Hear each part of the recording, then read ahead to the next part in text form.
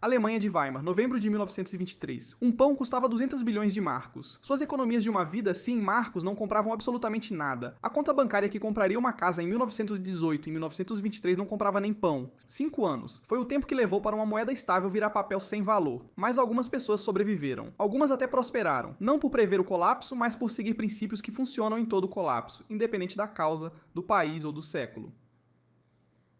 Argentina, 2001.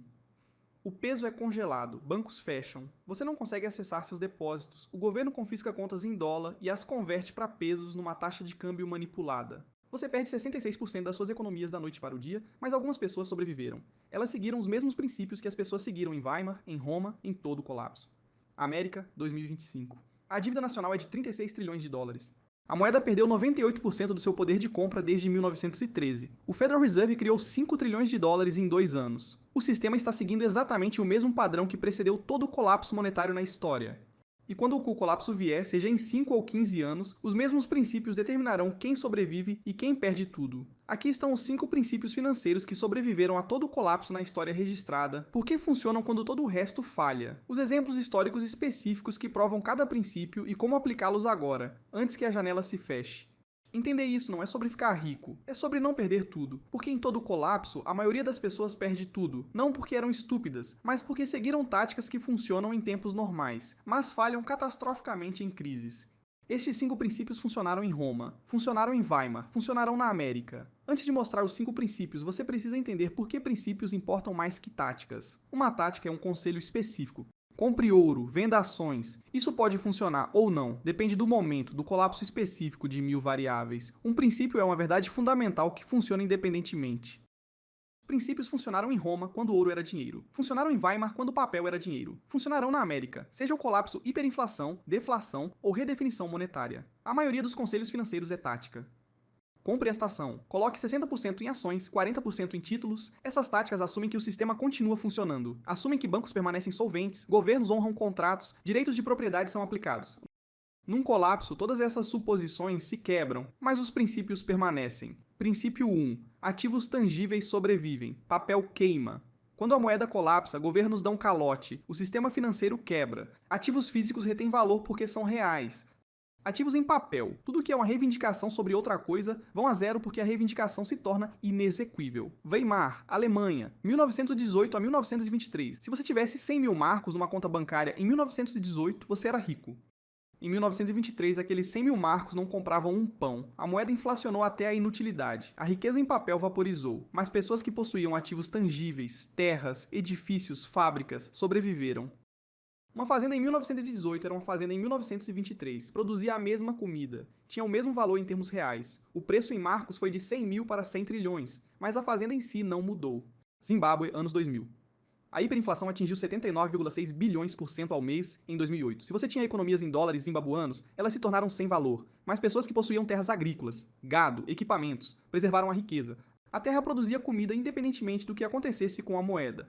Argentina, 2001, 2002. O governo congelou contas bancárias e depois converteu à força depósitos em dólar para pesos a 1,4. 1. O peso então caiu para 4 por 1. O mesmo princípio em 3 colapsos. Ativos tangíveis sobrevivem. Papel queima. Na América de 2025, a maior parte da riqueza está em ativos de papel, ações, títulos, contas de aposentadoria, depósitos bancários. Tudo isso são reivindicações. Uma ação é uma reivindicação sobre lucros corporativos. Um título é uma reivindicação de reembolso. Um depósito bancário é uma reivindicação da promessa do banco. Em tempos estáveis, essas reivindicações funcionam, mas num colapso, o sistema para de funcionar. Tribunais são sobrecarregados, bancos falham, governos dão calote, mercados congelam, reivindicações em papel se tornam sem valor, mas ativos tangíveis permanecem, imóveis ainda são imóveis, ouro ainda é ouro. Uma fazenda ainda produz comida. O ativo tem valor intrínseco independente do sistema financeiro. Quando o colapso vem, papel queima. Ativos tangíveis sobrevivem. Princípio 2. Possua ativos produtivos, não especulativos. Este princípio distingue entre ativos que produzem valor e ativos que só têm valor porque alguém pagará mais depois. Ativos produtivos geram renda, comida ou utilidade, independente do que qualquer outra pessoa pense. Ativos especulativos só têm valor se você puder vendê-los. Na Grande Depressão, 1929 e 1933, o mercado de ações colapsou 89%. Se você possuía ações para especulação, perdeu quase tudo. Mas se você possui ativos produtivos diretamente, uma fazenda, um imóvel para aluguel, um negócio, você recebe a produção. Uma fazenda produzia comida que você podia comer ou vender. Imóveis para aluguel forneciam moradia que as pessoas precisavam. Ativos produtivos geram valor independente do preço de mercado. Uma fazenda produz comida, seja a bolsa em 381 ou 41. Ativos especulativos só têm valor se você puder vendê-los. E num colapso, não há compradores. Venezuela, anos 2010. A bolsa subiu 100.000% em bolívares.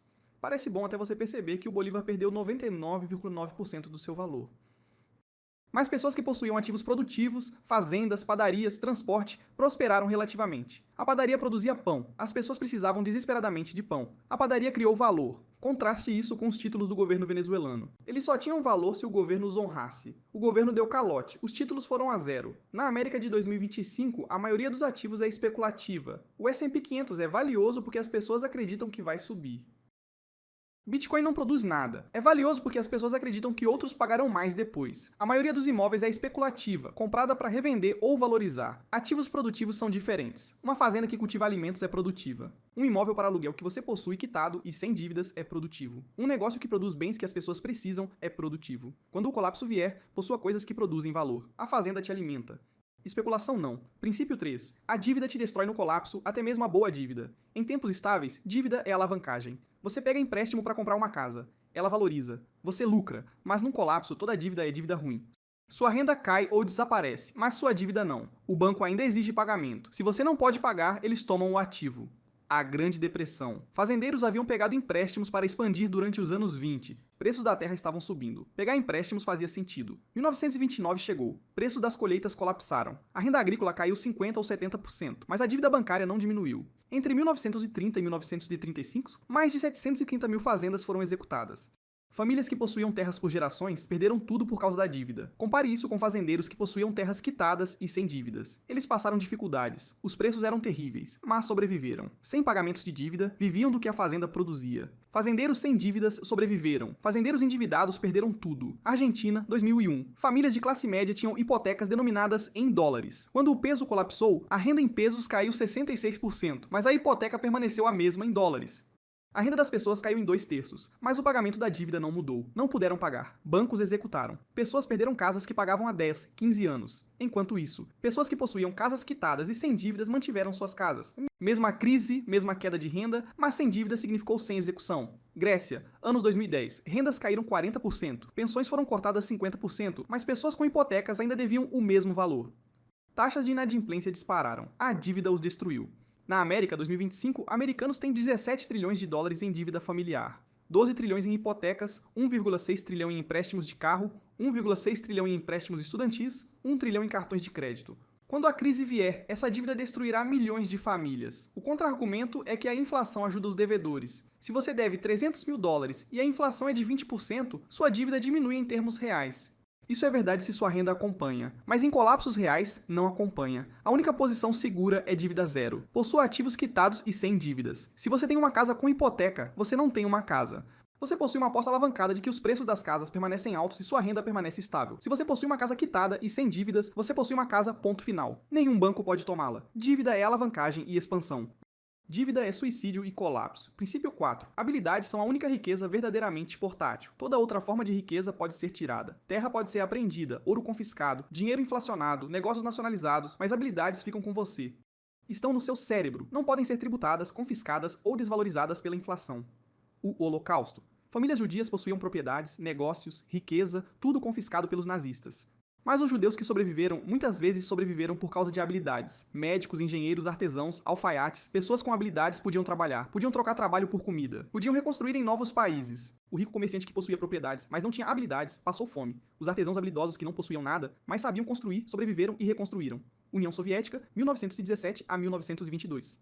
Os bolcheviques apreenderam toda a propriedade privada. Aristocratas que possuíam vastas propriedades perderam tudo da noite para o dia. Mas engenheiros, médicos, trabalhadores qualificados mantiveram valor. O Estado soviético precisava deles.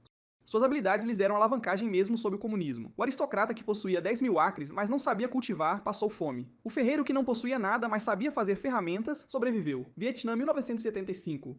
Quando Saigon caiu, milhões fugiram. Não puderam levar propriedades, não puderam levar negócios. Os refugiados vietnamitas que reconstruíram com mais sucesso na América foram aqueles com habilidades. Médicos, engenheiros, contadores, mecânicos, chegaram sem nada além de suas habilidades. Em uma geração, construíram vidas de sucesso. Na América de 2025, a maior parte da riqueza está em ativos financeiros e imóveis. Estes não são portáteis. Se você precisar sair, não pode levar sua casa. Talvez não consiga levar dinheiro se controles de capital forem implementados. Habilidades na sua cabeça são a única riqueza portátil garantida. Mas a maioria dos americanos não tem habilidades práticas. Você sabe cultivar alimentos, consertar máquinas, construir abrigo, fornecer cuidados médicos. Estas são habilidades valiosas em toda a economia, estável ou em colapso. Desenvolva habilidades que produzam valor independentemente de sistemas complexos. Habilidades são o fundamento da riqueza reconstruível. Todo o resto pode ser tirado. Princípio 5. Redes de confiança locais superam todas as instituições. Quando sistemas colapsam, instituições falham, bancos fecham, governos perdem autoridade, a polícia não pode aplicar leis, toda a estrutura institucional se desfaz, mas redes locais de relacionamentos de confiança sobrevivem. União Soviética colapsou, 1991-1998. O governo soviético se dissolveu. A moeda se tornou sem valor. Pensões pararam. Cadeias de suprimentos quebraram. Supermercados estavam vazios. Russos sobreviveram através de redes locais. Famílias compartilhavam recursos. Vizinhos negociavam. Comunidades organizavam segurança e compartilhavam recursos. As pessoas que melhor sobreviveram não eram as mais ricas. Eram pessoas integradas em fortes redes locais. O indivíduo isolado com dinheiro no banco passou fome. A pessoa conectada com relacionamentos prosperou. Argentina, 2001. Quando os bancos fecharam, assembleias de bairros se formaram. Pessoas organizaram-se localmente para trocar, compartilhar recursos, prover segurança. Essas redes informais se tornaram mais importantes que o governo. Pessoas integradas nessas redes podiam trocar habilidades por comida, trabalho por bens. Líbano, 2019 até o presente. A Libra perdeu 90% do seu valor. Bancos fecharam, o governo se tornou disfuncional, mas o Líbano não mergulhou no caos. Por quê? Porque o Líbano é organizado em torno de redes familiares e comunitárias religiosas. Essas redes fornecem o que o governo não fornece. Antes das instituições modernas, toda a atividade econômica acontecia através de redes de confiança. Você negociava com pessoas que conhecia. Você pegava emprestado de pessoas que sabiam que você pagaria. Instituições modernas escalam além da confiança local. Mas quando elas falham, voltamos às redes de confiança. Na América de 2025, a maioria das pessoas está institucionalmente integrada, mas localmente isolada. Você tem uma conta bancária, mas não conhece seus vizinhos. Você depende do Walmart para comida, mas não conhece fazendeiros locais. Você depende da polícia, mas não conhece seu bairro. Isso é catastroficamente frágil. Quando as instituições falham, você não tem nenhum plano B. Construa redes locais agora. Conheça seus vizinhos. Desenvolva relacionamentos recíprocos. Integre-se a uma comunidade. À medida que a confiança institucional falha, a confiança local se torna mais valiosa. A pessoa com fortes redes locais sobreviverá. O indivíduo isolado terá dificuldades. Estes são os 5 princípios. Ativos tangíveis sobrevivem, papel queima. Possua ativos produtivos, não especulativos. Dívida destrói no colapso. Habilidades são riqueza portátil. Redes locais superam instituições. Note o que não está nesta lista.